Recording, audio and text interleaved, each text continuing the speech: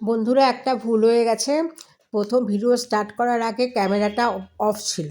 যাই হোক, আমি ৪ পিস রুই মাছ নিয়েছি। নিয়ে এর মধ্যে পেঁয়াজ বাটা, আদা বাটা, একটু রসুন বাটা, কাঁচা লঙ্কা বাটা, জিরে বাটা, নুন আর হলুদ দিয়ে ম্যারিনেট করে মাছটাকে আমি রেখে দিয়েছি।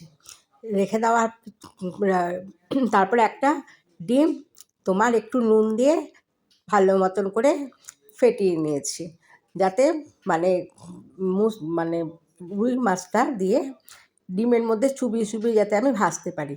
তারপরে কড়াই বসিয়ে দিয়েছি, তেল দিলাম।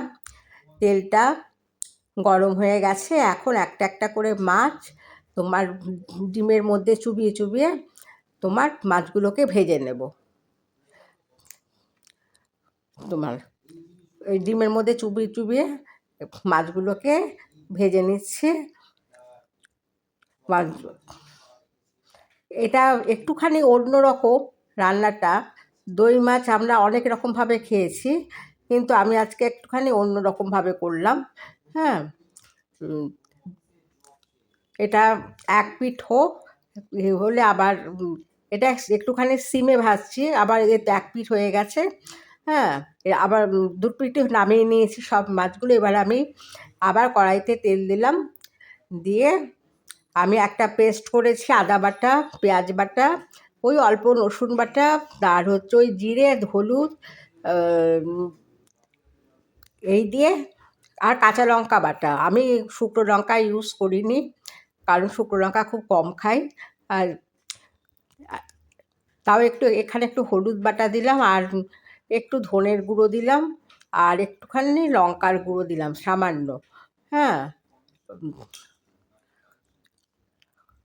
দিয়ে এটাকে ভালো করে কষিয়ে নেব। ভালো করে যতক্ষণ পর্যন্ত তেল না বেরোবে ততক্ষণ পর্যন্ত এটাকে কষিয়ে নেব মশলাটাকে।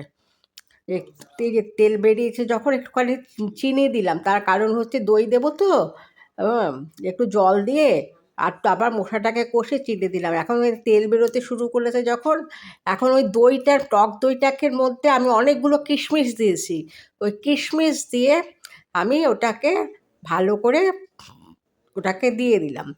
আর যখন ওই দইটা দিই, আর দইয়ের জলটাও দিয়ে দিয়েছি, আর তার সঙ্গে দুটো কাঁচা লঙ্কা দিলাম।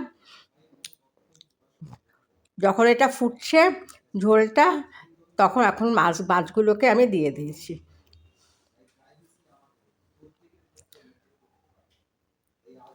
এটা একটু অন্যরকম টেস্টে হয়। হ্যাঁ, ডিমের মধ্যে চুবিয়ে মাছটা ভাজলে মাছটা হয়ে এসছে। আমি গ্রেভিটা আরেকটু শুকাবো, একটুখানি হয়ে হয়ে গেছে। হ্যাঁ, একটু গ্রেভিটা কম রাখলে বেশি ভালো লাগে এইসব মাছ খেতে।